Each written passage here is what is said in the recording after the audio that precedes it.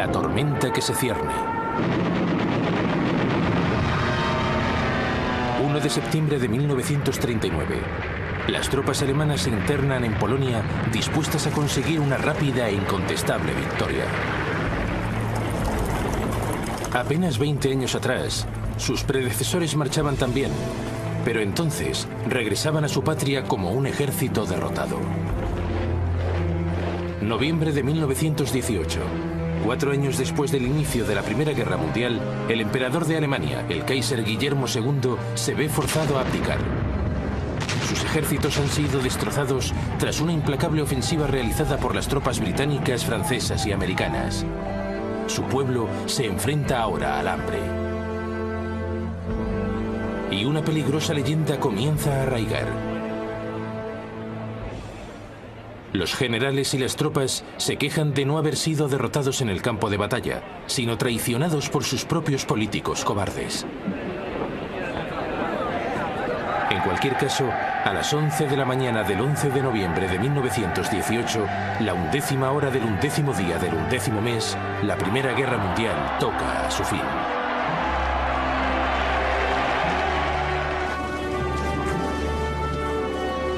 Al mes siguiente, el presidente de Estados Unidos, Woodrow Wilson, llega a Europa, donde promete crear un nuevo orden mundial. Convence a los líderes mundiales para que suscriban una nueva Sociedad de Naciones. En el Tratado de Versalles, acuerdan que en adelante los conflictos entre países no se resolverán en el campo de batalla, sino mediante discusión en el seno de la Sociedad de Naciones. Los pueblos de Europa son liberados. El Imperio Austrohúngaro, aliado de Alemania, es desmembrado. Se crean además nuevas naciones: Austria, Polonia, Hungría, Checoslovaquia, Yugoslavia, Letonia, Lituania y Estonia. El territorio de Alemania queda notablemente reducido. Pero este proceso es una bomba de relojería. No todos festejan el nacimiento de países como Checoslovaquia. Algunos de estos nuevos estados albergan importantes minorías alemanas. En el futuro, el anhelo de reunir todas las poblaciones alemanas se irá adueñando de Europa. El pueblo alemán, destrozado por la guerra, sufre aún una humillación final. Es obligado a pagar 6.600 millones de libras a Francia y Alemania en concepto de reparaciones. Una suma desorbitada que difícilmente podrán afrontar. Y cuando Wilson regresa a América, su nuevo orden mundial se desmorona de inmediato. El Congreso de Estados Unidos decide que no se puede arriesgar a involucrarse en una nueva guerra en Europa. Rehúsa adherirse a la Sociedad de Naciones y Estados Unidos se recluye en el aislacionismo. Ahora Alemania es una nación muy distinta. Continúa siendo el país más grande de Europa, pero su monarquía militarista se ha ido a pique. Se ha convertido en una democracia. Pero su gobierno, la denominada República de Weimar, pronto se ve sacudido por una serie de episodios convulsos. Se prodigan los enfrentamientos callejeros entre nacionalistas de extrema derecha y comunistas que intentan poner en marcha una revolución. Más adelante, en 1923, el país se ve asfixiado por una hiperinflación cuyo porcentaje aumenta en varios centenares en un solo mes. Los ahorros del pueblo llano se esfuman.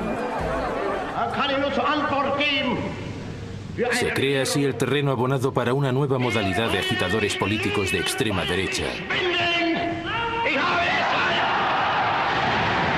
Entre ellos, Adolf Hitler. Hitler nació en Austria.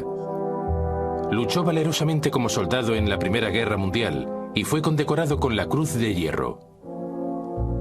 De regreso a Alemania, se establece en Múnich y su encendida oratoria enseguida le permite hacerse con el control del pequeño Partido Nacional Socialista o Partido Nazi.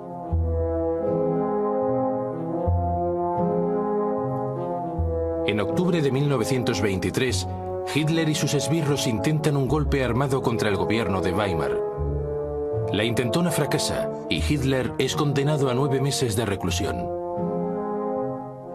En su celda escribe un libro, Mein Kampf, Mi lucha, en el cual achaca los males que padece Alemania a los judíos y exige que el país recupere su poder y se anexione nuevos territorios en el este. Tras ser puesto en libertad, se centra en la tarea de organizar la militancia nazi como un partido político serio y disciplinado. A partir de este momento, se valdrá del sistema democrático para conquistar el poder. Pero durante los últimos 5 años, la Alemania de Weimar ha prosperado. El apoyo a los partidos extremistas, tanto de derechas como de izquierdas, ha disminuido. Aún así, de manera inesperada se presenta la gran oportunidad de Hitler. En octubre de 1929, el mercado de valores de Estados Unidos cae en picado. Se pierden miles de millones de dólares y una depresión económica se extiende por todo el planeta. El desempleo en Alemania se eleva a más de 6 millones de personas. Solo los políticos extremistas parecen ofrecer una solución.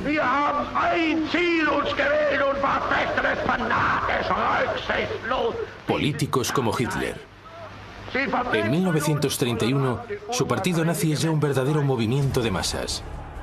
Posee su propia legión de matones de camisa parda, las SA o secciones de asalto, que suman casi 3 millones de miembros. En las elecciones de 1932, los nazis se convierten en el partido con mayor representación en el Parlamento alemán, el Reichstag. Pero Hitler rechaza cualquier coalición y el Parlamento queda paralizado.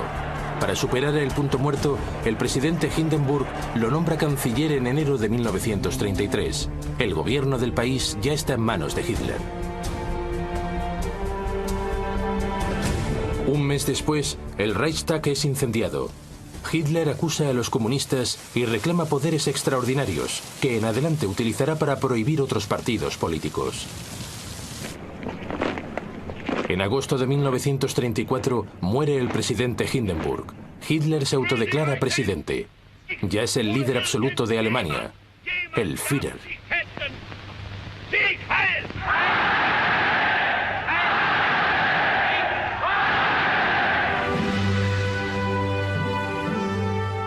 De buen principio, nada parece indicar lo que habrá de suceder. Durante los 3 años siguientes, el Führer se concentra en la recuperación de la economía alemana. A fin de reducir el desempleo, invierte millones en obras públicas, que incluyen 8.000 kilómetros de red de autopistas. Pero en secreto, gasta también grandes sumas en un programa de rearme a gran escala. En virtud del Tratado de Versalles, el ejército alemán se vio limitado a únicamente 100.000 efectivos. El país tiene prohibido poseer fuerzas aéreas, tanques o submarinos. Aquel pequeño ejército ha triplicado ya su tamaño. En 1935, Hitler hace públicas sus intenciones. Da a conocer sus flamantes fuerzas aéreas, la Luftwaffe. Posee 2.500 aviones, bastante más que Gran Bretaña o Francia. El desempleo se reduce y los nazis adquieren una enorme popularidad. Envalentonado, el Führer realiza su primer movimiento expansionista. En 1935 reocupa la región del Sarre, en la frontera francesa, que ha votado abandonar la Sociedad de Naciones para incorporarse de nuevo a la soberanía alemana. Un año después, envía tropas a la Renania, una parte de Alemania desmilitarizada en Versalles.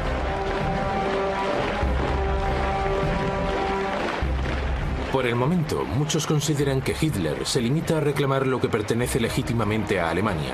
Ni Gran Bretaña ni Francia expresan objeción alguna.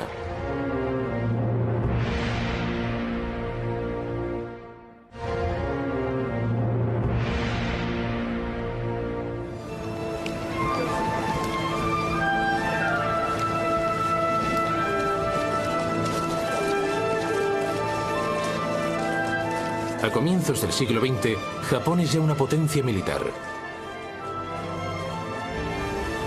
Derrota a Rusia en una guerra en 1905 y lucha junto a los aliados en la Primera Guerra Mundial. Al terminar la guerra, Japón es una reconocida potencia mundial adscrita a la Sociedad de Naciones.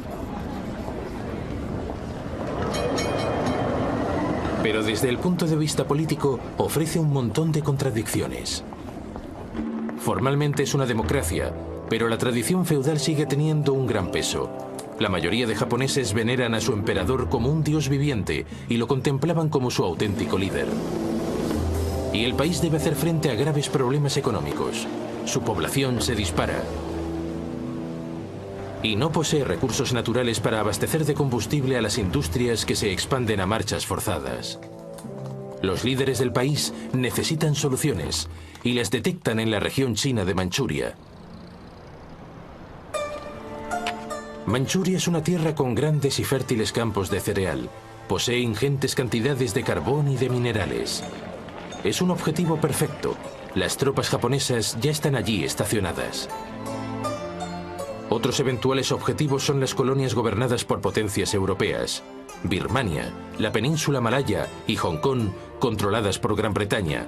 Indochina, gobernada por Francia, y las Indias Orientales holandesas. Pero en este escenario, Japón ha de obrar con cautela. No es cuestión de provocar a la otra gran potencia del Pacífico: Estados Unidos.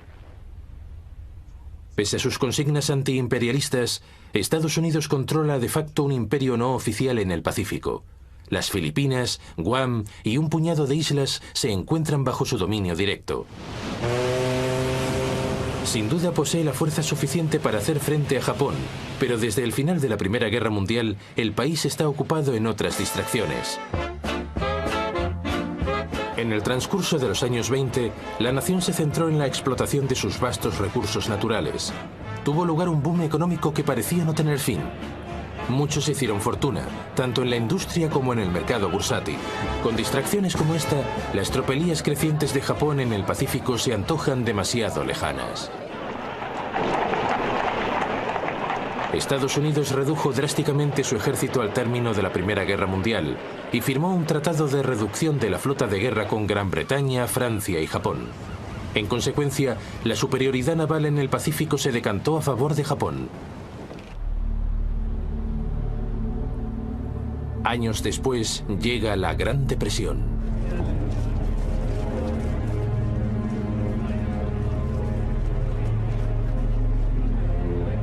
Cuando el desastre económico se generaliza, la cuarta parte de la población pierde su empleo.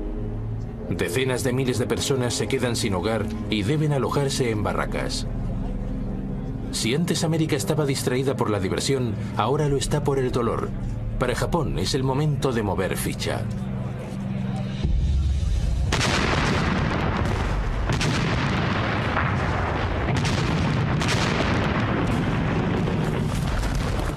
En 1931, sin tan siquiera haber informado a su gobierno legítimamente elegido, las fuerzas japonesas establecidas en Manchuria toman la capital, Mukden, y desde allí invaden el resto del territorio. Un estado títere, Manchukuo, es proclamado bajo un gobierno igualmente títere. Henry Puyi, el último emperador de la China, depuesto en 1911, es repescado de su retiro. Japón es declarado un paria universal, pero eso le importa poco. Sus dirigentes han puesto los ojos en ulteriores conquistas, en territorio chino. Se trata de presas fáciles. China es un estado sumido en el caos. El gobierno del generalísimo Chiang Kai-shek está enfrentado al Partido Comunista Chino, dirigido por Mao Zedong. El país está en guerra civil.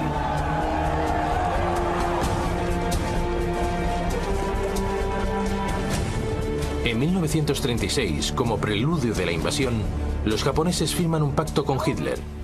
El objetivo es protegerse de cualquier ataque de la Rusia soviética cuando actúen en territorio chino. Más adelante, en julio de 1937, los japoneses provocan un incidente con las tropas chinas e invaden el país.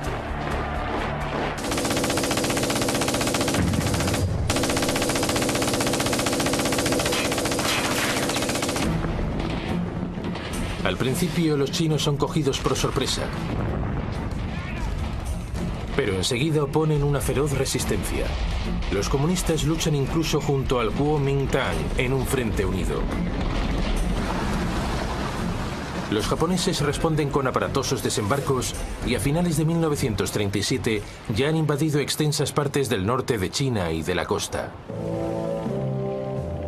Los japoneses llegan a atacar buques de guerra británicos y americanos que han sido enviados a la zona para proteger su comercio marítimo. El incidente más grave tiene lugar el 12 de diciembre de 1937. La cañonera estadounidense Panay es hundida por bombarderos japoneses. 50 tripulantes pierden la vida. Pese a todo, las potencias occidentales rechazan intervenir. La Sociedad de Naciones se revela impotente. En Estados Unidos, el presidente Roosevelt plantea imponer un bloqueo naval a Japón. It has become clear that acts and policies of nations in other parts of the world have far-reaching effects on us. Pero los británicos no quieren ni oír hablar de ello.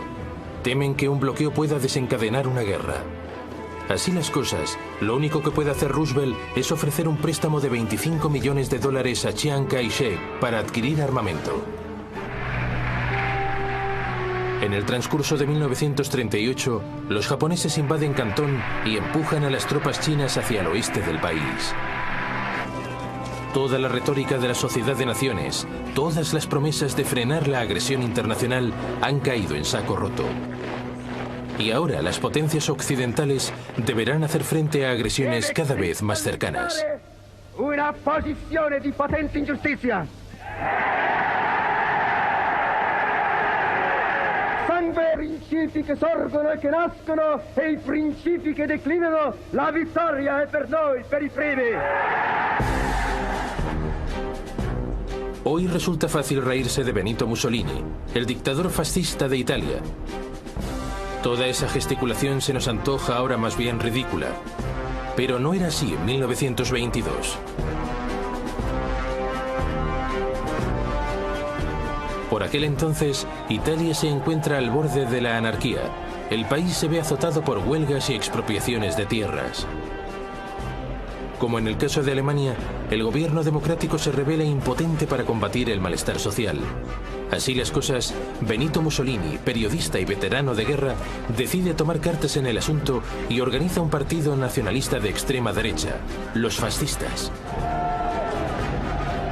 Con el país paralizado por la huelga general de 1922, Mussolini ordena a sus seguidores marchar sobre Roma. Ante el temor de una guerra civil, el rey de Italia, Víctor Manuel III, le encarga formar gobierno.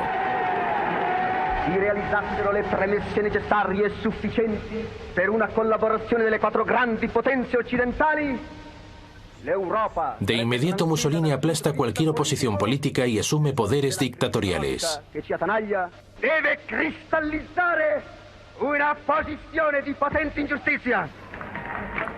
En 1928 su posición parece segura. El Parlamento es designado más que elegido y todo el poder se concentra en manos del Gran Consejo Fascista.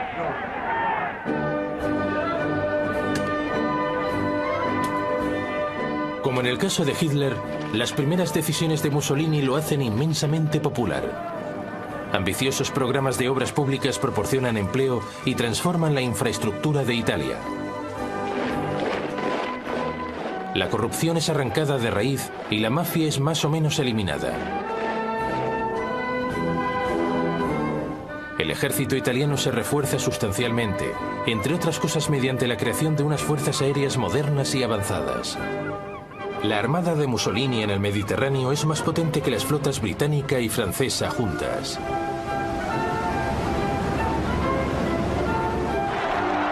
Cuando sobreviene la Gran Depresión, Italia parece capearla mejor que la mayoría de naciones. Mussolini se convierte en un referente universal. Numerosos dirigentes políticos, y entre ellos el propio Hitler, contemplan el sistema fascista como un modelo de gobierno fuerte y resuelto, en contraste con la debilidad de las democracias de Gran Bretaña y Francia. Pero Mussolini busca algo más que adulación.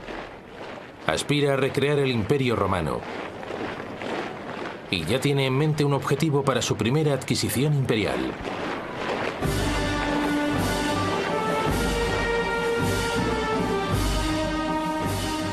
Ese objetivo es Abisinia, la actual Etiopía. Italia posee ya colonias en sus fronteras, en Eritrea y en la Somalia italiana.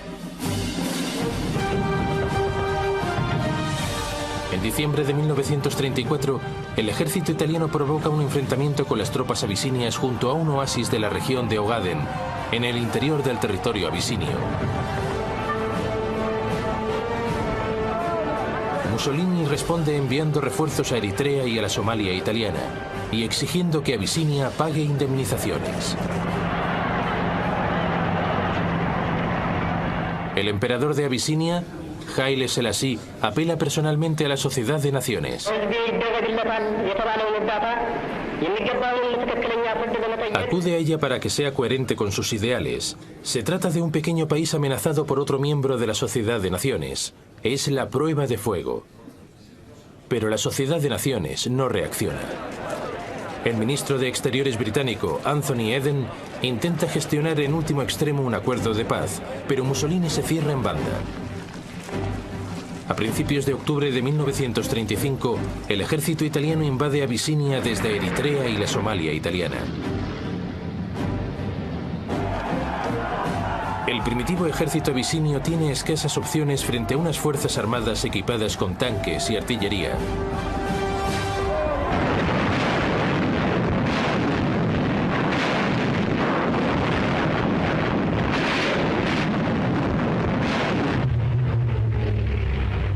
La aviación italiana domina por completo el espacio aéreo y hostiga sin descanso a los abisinios. En ocasiones arroja bombas de gas, pese a que su uso está considerado un crimen contra la humanidad por el Tratado de Versalles. 6 meses después, Abisinia está ocupada por completo. El emperador Haile Selassie se ve obligado a exiliarse.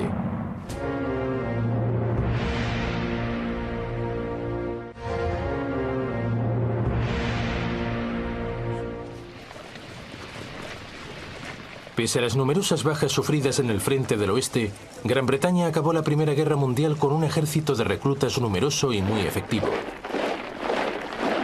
Enseguida se vio reducido a un pequeño ejército profesional concebido para supervisar el creciente imperio británico. Y al llegar la Gran Depresión, cualquier proyecto de modernizar el ejército fue abandonado. Y eso significa que en el período previo a la guerra, Gran Bretaña es económica y militarmente débil.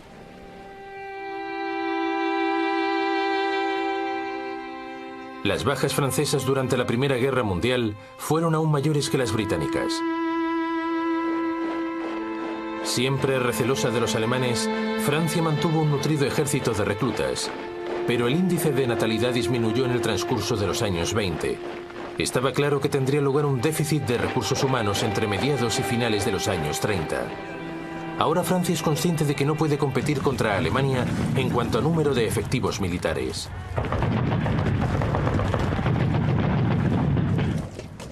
La solución consiste en adoptar una mentalidad plenamente defensiva.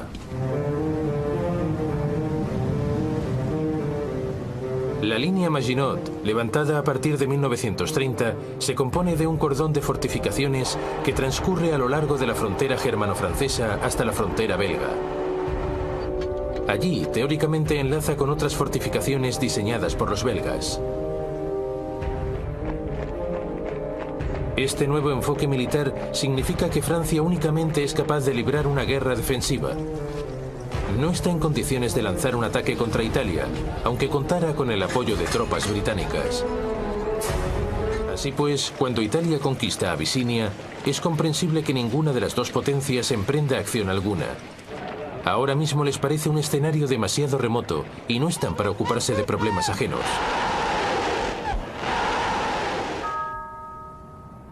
Por el momento ya tienen suficiente con enfrentarse a los traumas de la Gran Depresión. La presión resultaría excesiva y, sobre todo, ambos países se enfrentan ahora a una amenaza militar mucho más cercana. Una Alemania renaciente y rearmada. El poder de Alemania y también el de Italia están a punto de ponerse a prueba al apoyar el alzamiento de otro dictador en España. En 1936 estalla la Guerra Civil en España. La contienda es inusitadamente despiadada. Se enfrentan familias contra familias, comunistas contra fascistas, ateos contra creyentes. En 1931 asciende al poder un gobierno de izquierdas decidido a acabar con la secular monarquía española. El rey es forzado a exiliarse y se declara una república.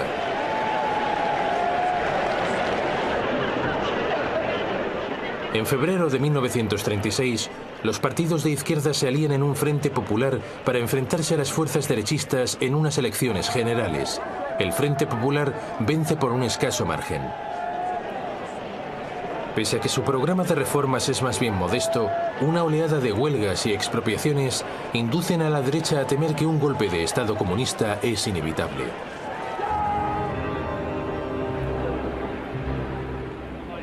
En el seno del ejército español, un bastión de la ideología católica y conservadora, los oficiales de alto rango comienzan a sopesar la viabilidad de un golpe de Estado. Entre estos se encuentra el general Francisco Franco, un antiguo jefe del Estado Mayor que ha sido exiliado de facto para comandar las Fuerzas Armadas españolas en las Islas Canarias. El 17 de julio de 1936, las unidades del ejército que combaten contra las guerrillas en la colonia española de Marruecos se amotinan. Al día siguiente, Franco huye para unirse a ellas, proclamando un nuevo movimiento nacionalista destinado a salvar a España del comunismo. Las guarniciones peninsulares se suman a la revuelta. El Frente Popular responde reclutando voluntarios para defender la República. El país está ya en pie de guerra.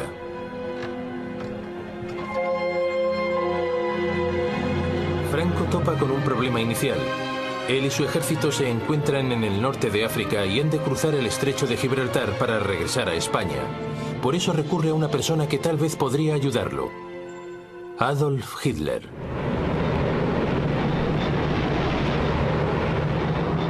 Antes de un mes, los aviones de transporte de la flamante Luftwaffe de Hitler ya han habilitado un puente aéreo para trasladar a los bregados veteranos de Franco hasta el sur de España.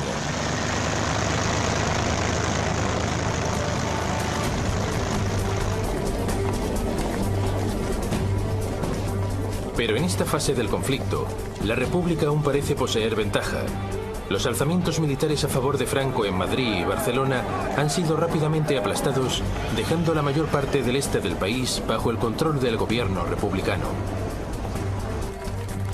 Los nacionalistas de Franco, localizados mayoritariamente en el noroeste y en parte del sur de España.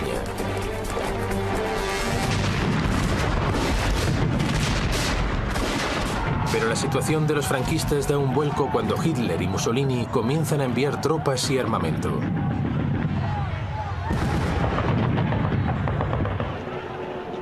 El dictador alemán aprovecha la oportunidad para poner a prueba sus nuevos pertrechos y sus dilatadas fuerzas armadas.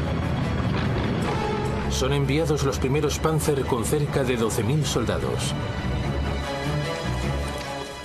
Y la Luftwaffe despliega su Legión Cóndor con sus ultramodernos bombarderos y aviones de combate.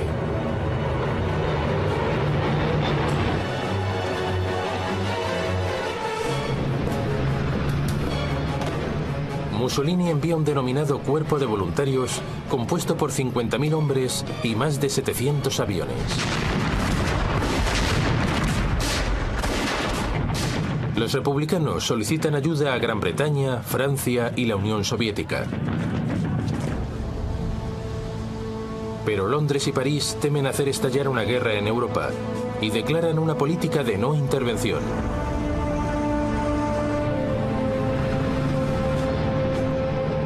De manera harto cínica, Alemania e Italia suscriben la declaración, pero cuando se hace evidente que no dejan de enviar armas a las tropas franquistas, Joseph Stalin, el líder soviético, anuncia su disposición a ayudar a la República. Stalin está inquieto por la extensión del fascismo en Alemania. Hitler ha dejado muy claro que para él el comunismo es el principal enemigo del nazismo.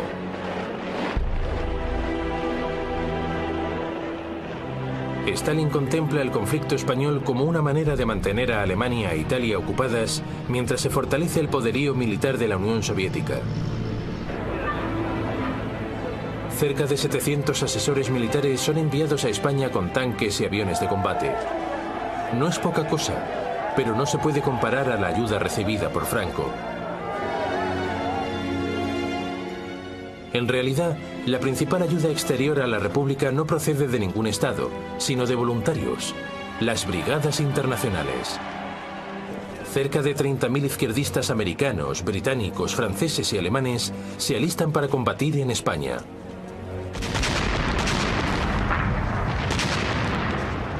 Gracias al nuevo soporte fascista, los nacionalistas consiguen abrir dos frentes.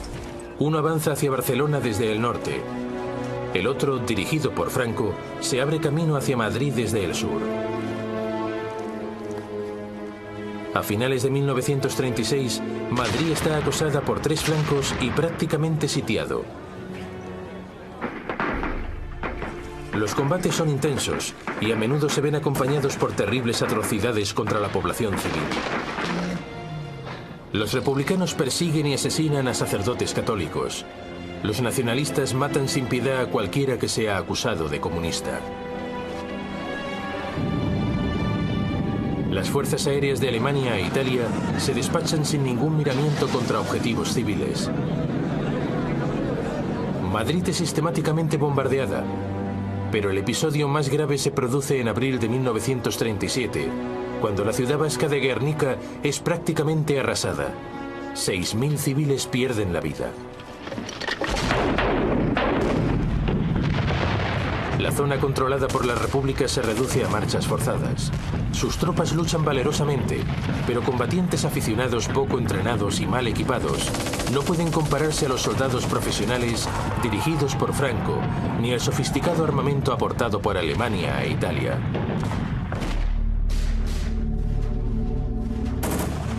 A medida que la guerra se va alargando, los combates en la periferia de Madrid se convierten en un símbolo de la determinación de las izquierdas de no ser aplastadas por una dictadura de corte fascista. Pero entre bastidores, la alianza republicana se viene abajo. Comunistas y socialistas quieren concentrarse en la consecución de una victoria militar.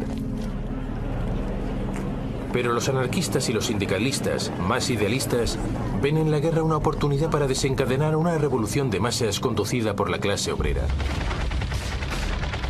Esas discrepancias salen a la luz en mayo de 1937. En Barcelona tienen lugar enfrentamientos entre anarquistas y comunistas que debilitan fatalmente la causa republicana. A finales de 1938, los franquistas mantienen cercados a sus enemigos en un pequeño enclave en los alrededores de Barcelona y en una zona que se extiende desde Madrid hasta la costa, en dirección este.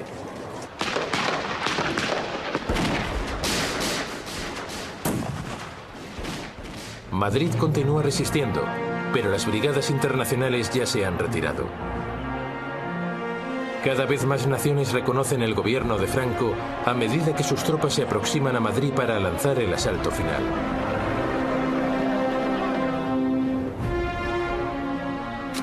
A finales de marzo de 1939, los defensores de Madrid están extenuados después de casi 3 años de combates. La capital, finalmente, se acaba rindiendo.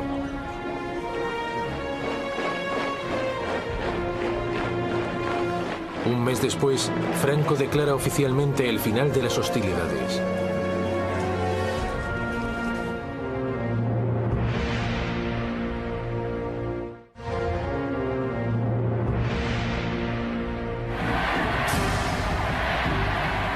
Desde el momento en que es nombrado canciller de Alemania, el 30 de enero de 1933, Hitler comienza a poner en práctica sus ambiciones a largo plazo. El 3 de febrero revela a sus comandantes que su objetivo final es conquistar territorios en el este de Europa y germanizarlo de manera implacable. Los comandantes reciben instrucciones de preparar una expansión a gran escala.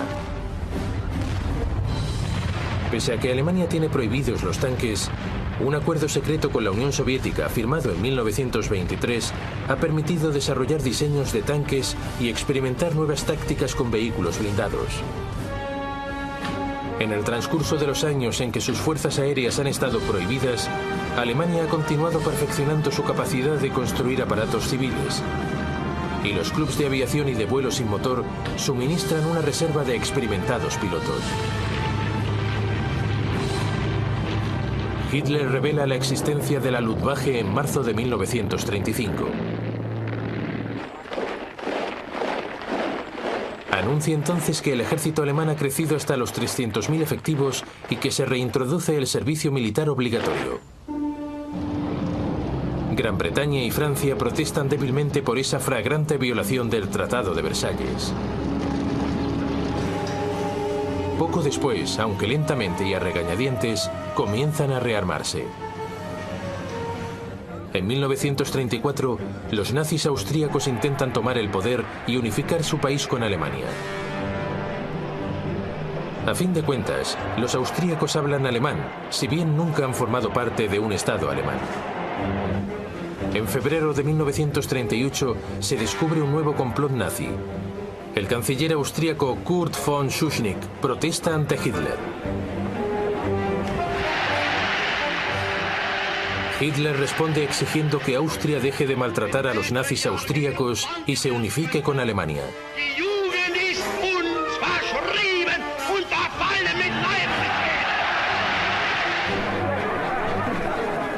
De inmediato, Schuschnigg convoca un referéndum para que los austríacos voten si quieren o no seguir siendo independientes. Pero el 12 de marzo de 1938, la víspera del referéndum, ante el temor de que el resultado no sea el deseado, Hitler envía sus tropas. La bienvenida entusiasta y del todo sorprendente por parte de los simpatizantes nazis facilita una invasión sin derramamiento de sangre. Al cabo de unas horas, Hitler anuncia la incorporación de Austria al Tercer Reich. Por primera vez, una nación soberana ha sido incorporada en una Alemania más grande. Una vez más, las democracias europeas no han sabido reaccionar. En verano de 1938, Hitler se lanza por su segunda presa, Checoslovaquia. Una importante minoría alemana puebla el noroeste del país, en un área conocida como la región de los Sudetes. Estos Sudetes alemanes formaban parte del antiguo imperio austríaco, pero quedaron aislados cuando se creó Checoslovaquia en 1919. Eso fue una bomba de relojería que inició su cuenta atrás en el momento en que fue firmado el Tratado de Versalles. Hitler exhorta a los Sudetes alemanes a exigir autonomía y amenaza al gobierno checo con usar la fuerza si se niega a concederla. Lejos de dejarse intimidar, el gobierno checo ordena una movilización general y se prepara para resistir. El ejército checoslovaco es numeroso y está bien equipado, y posee excelentes fortificaciones en la frontera con Alemania. Hitler da marcha atrás. Poco después, a principios de septiembre, ante el temor de una guerra inminente, el primer ministro británico, Neville Chamberlain, decide actuar como mediador. Viaja 2 veces a Alemania para reunirse con Hitler. El dictador nazi le asegura que si le es cedida la región de los Sudetes, no reivindicará ningún otro territorio en Europa.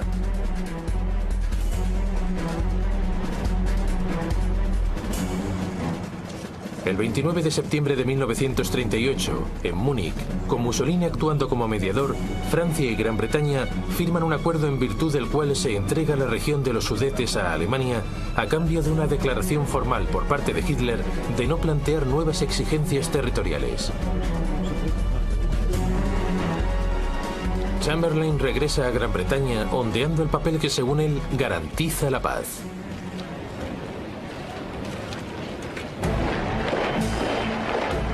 Y así, el 1 de octubre las tropas alemanas ocupan la región de los Sudetes y se apoderan de las fortificaciones fronterizas checas. Hitler ya ha comenzado a evaluar su próximo objetivo, Polonia.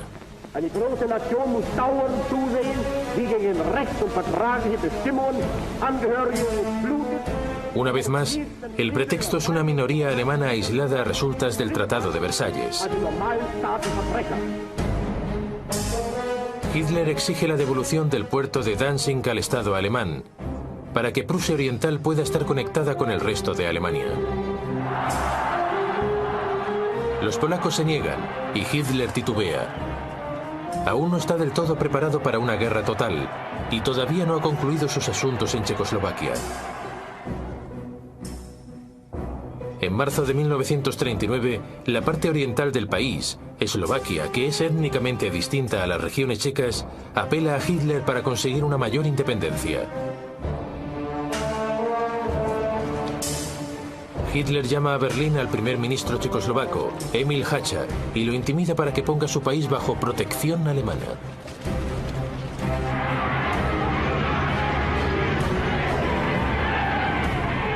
Las tropas alemanas marchan en el resto de Checoslovaquia sin encontrar oposición. La mayor parte del país es anexionada al Reich. Eslovaquia es declarada un protectorado. Por primera vez, Hitler ha ocupado territorios no germanófonos, pero de nuevo las protestas de Gran Bretaña y Francia no pasan de discretas. A finales de marzo, Hitler reitera su exigencia de que Polonia renuncie a Danzig. Esta vez Francia y Gran Bretaña anuncian inequívocamente que declararán la guerra si Polonia es atacada. Pero de momento, a Hitler le importa poco si lo harán o no. Está convencido de que serían rivales débiles e indecisos.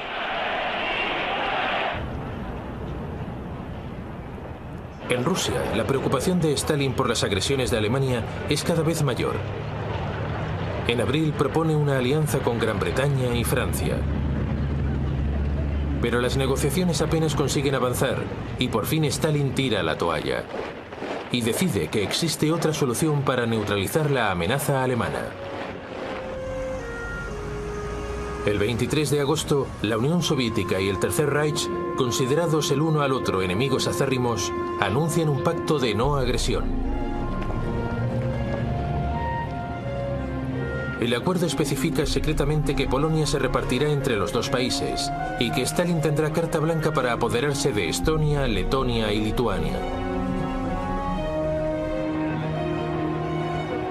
Libre ya de cualquier amenaza soviética, Hitler ordena a sus fuerzas armadas que organicen una invasión inmediata.